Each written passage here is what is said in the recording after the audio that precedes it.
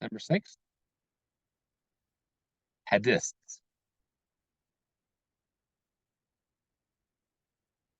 The DAJJAL, defeated by Isa ibn Maryam. Okay. For many, this discussion would at first instance be a strange subject to even be bothered, let alone to discuss.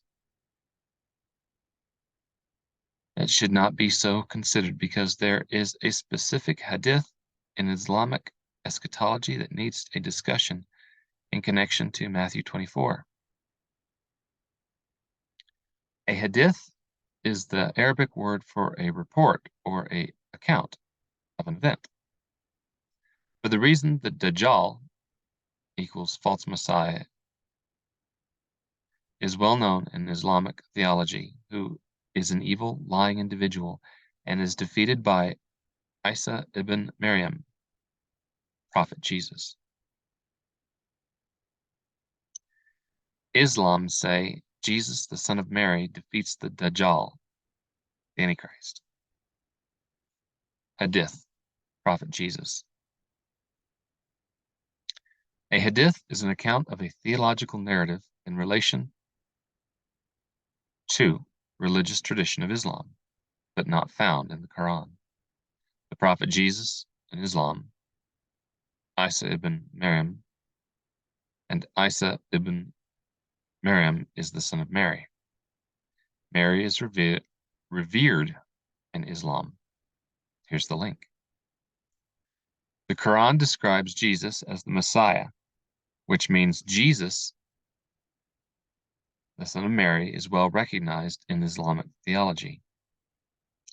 The hadiths say Isa ibn Maryam will defeat the Dajjal at the second coming. Here's the link. The son of Maryam is recognized as the prophet Messiah. Orthodox Islam recognizes the virgin birth.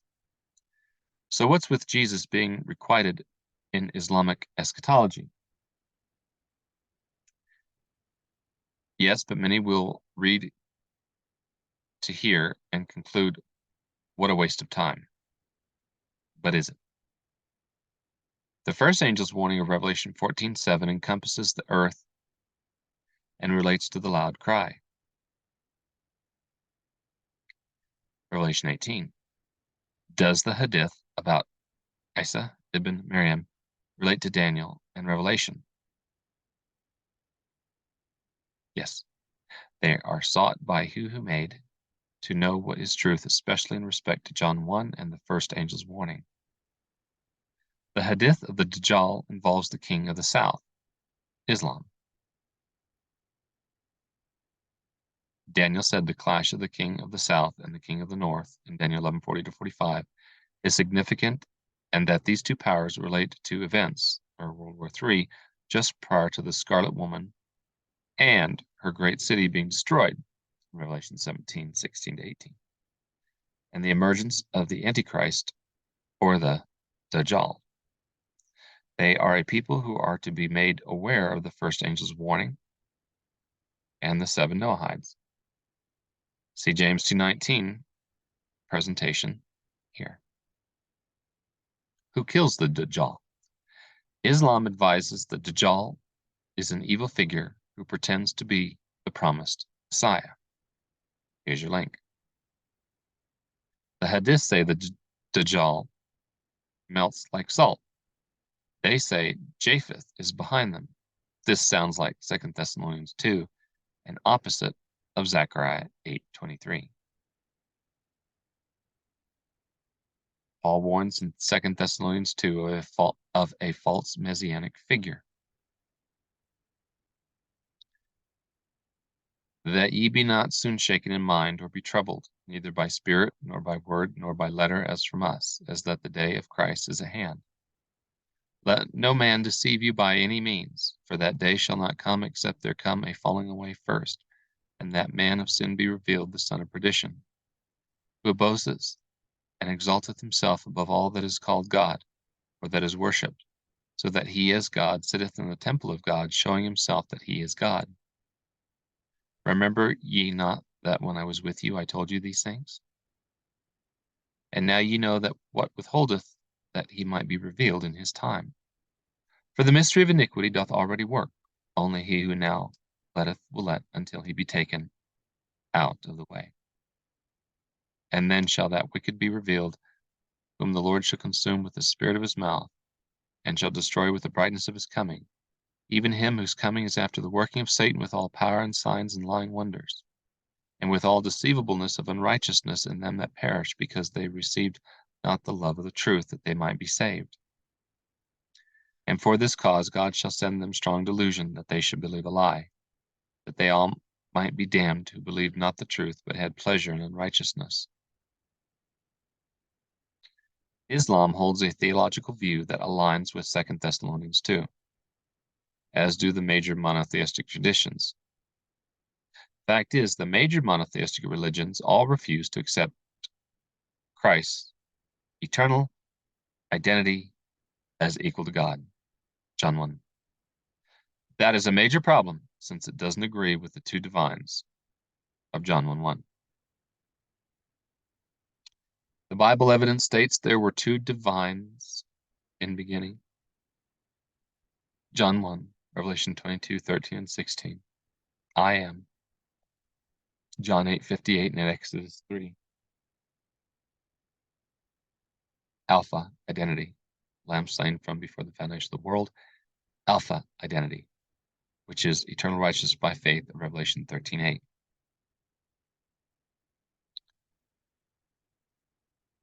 The three major monotheistic religions, Judaism, Islam, and Roman Catholicism, hold tenets that dissipate or deny Christ's eternal alpha identity as stated in John 1. So does it mean they will be deceived by the Antichrist?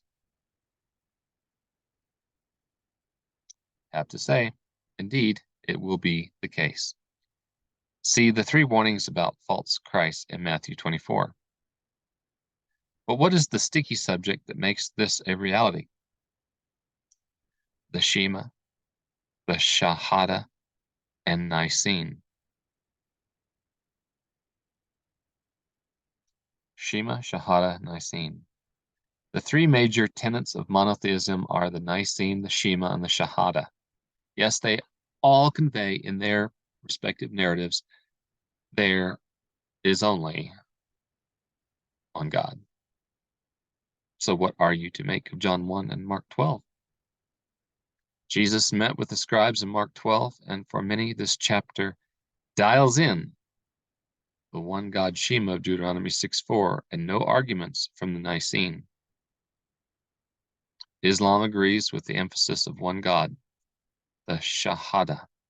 See this link. For Roman Catholicisms, it's the Nicene Creed. For Laodicea, it's fundamental belief 2 and 4 that replicates monotheism in its grandest order. Don't forget, Laodicea adopted the central doctrine of the Scarlet Woman, the Roman Catholic Church, and note what is said in Revelation 3:6.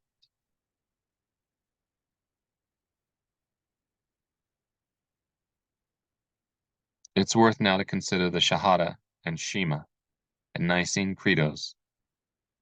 Mark 12, in light of why Jesus said he was Alpha and Omega in Revelation 22:13 and 16.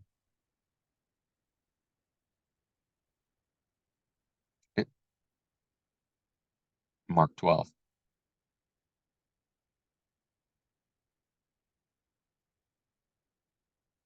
And one of the scribes came, and having heard them reasoning together, and perceiving that he had answered them well, asked him, which is the first commandment of all?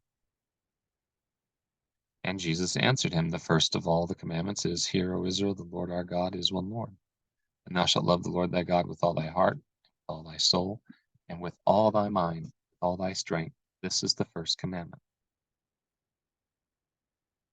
And the second is like, namely this, Thou shalt love thy neighbor as thyself. There is none other commandment greater than these. And the scribe said unto him, Well, master, thou hast said the truth, for there is one God, and there is none other but he, and to love him with all the heart, with all the understanding, with all the soul, with all the strength, and to love his neighbor as himself is more than all whole burnt offerings and sacrifices. How do you reconcile Mark 12:29 with John 1? For the simple fact, John 1 is the true Shema of the New Testament. In beginning was the Word, and the Word was with God, and the Word was God. There have been prior discussions about Deuteronomy 6:4 and why the translation of only one God should recognize two divines in the Hebrew. What is also very clear, the limits of monotheism are countered by the first angel's warning to fear God and to worship he who made, and worship is due unto only to true divinity. The first angel testifies of two divines, as stated in John 1. The three major monotheistic powers base their legitimacy on one God. But nevertheless, all have a problem with John 1 and eternal righteousness by faith. Is this the main reason Jesus warned in Matthew 24 of false Christ who will come in his name?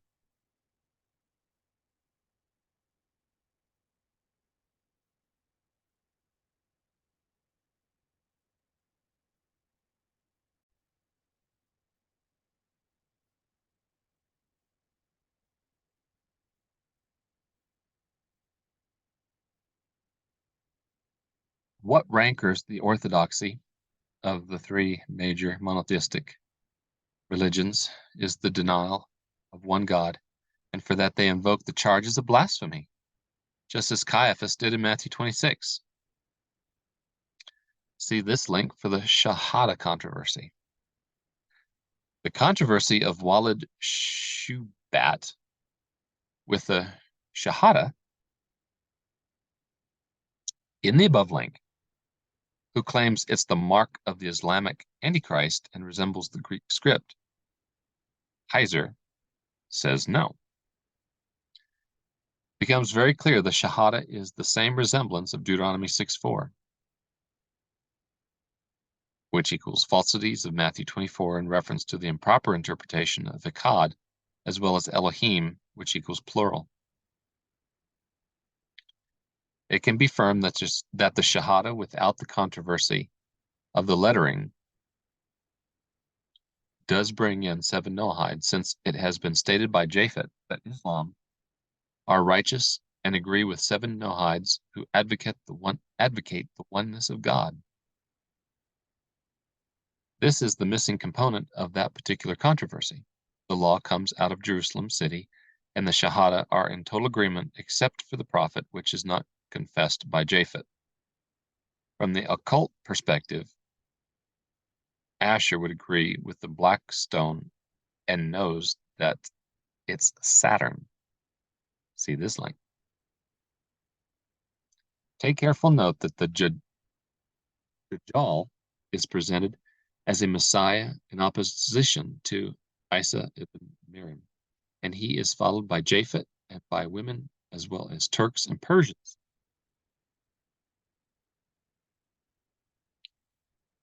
King of the South and the DAJJAL. In Daniel 11, the king of the north, which equals the 7th king of Revelation 17, and he shall come against him, that's the king of the south, like a whirlwind comes to his end, and none shall help him. Just as is stated in Revelation 17:10. And there are 7 kings, 5 are fallen, and 1 is, and the other is not yet come. And when he cometh, he must continue a short space. Fact is, the grand monarch of the Roman Catholic Church prophecies is brutal against the king of the south. But it's the 7th king who suffers the deadly wound prior to the 1260 days of Revelation 13. In other words, the two monotheistic church-state rivals, Islam and Roman Catholicism, are both doctrinally weakened to the point the Scarlet Woman and her great city is destroyed, and the king of the south has suffered a major defeat. See Daniel 11:40-44. Edom and Moab and the chief of the children of Ammon escape. Daniel 11:41. And the great city of the Scarlet Woman is destroyed. The only monotheistic structure still standing is Judaism, and from where arises the eighth king, the false Messianic, which equals that wicked one of 2 Thessalonians 2, the Antichrist. This is the time frame of the first beast and the 1260 days.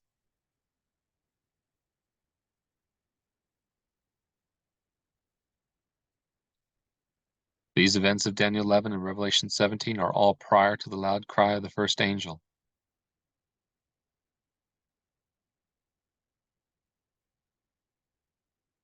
For those who can picture the consolidation of scriptural events as of Daniel 11:40 to 45, and then the loud cry occurs, the lesson is that the folk in Islam realized they had been deceived by the DAJJAL, the guy with the wonky one eye.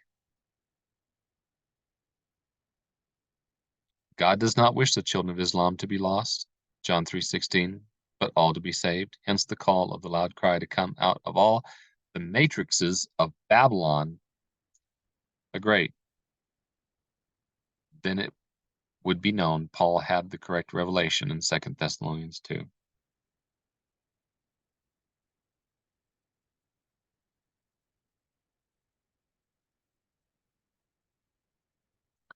Those who disagree at this point, here is your question. Why does God say in Revelation 13, all the world worship the beast? All equals no exclusion, right? In other words, this fact exposes the thinnest and weakest theological issues of monotheism's one God theology.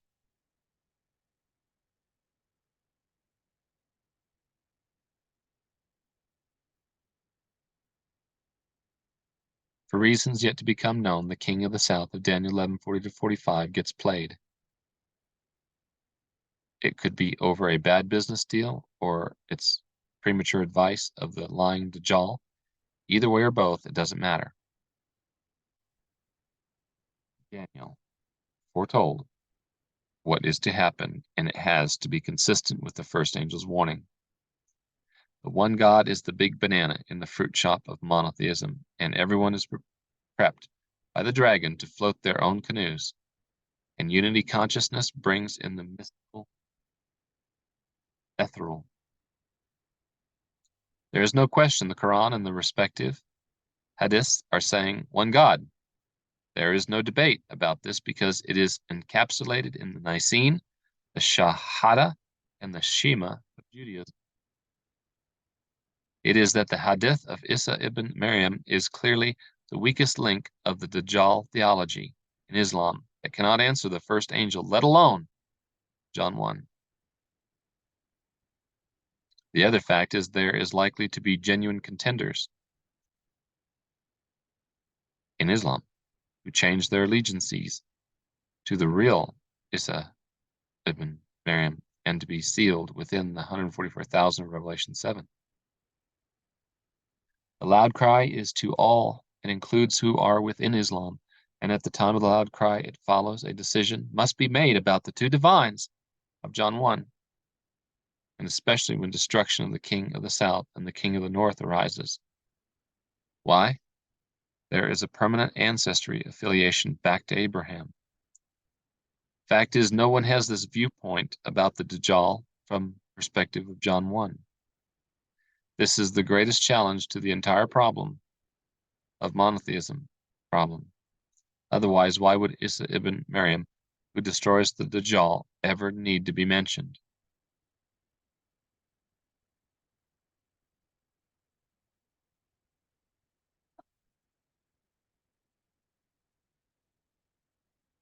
The Hadith. God bless until next time.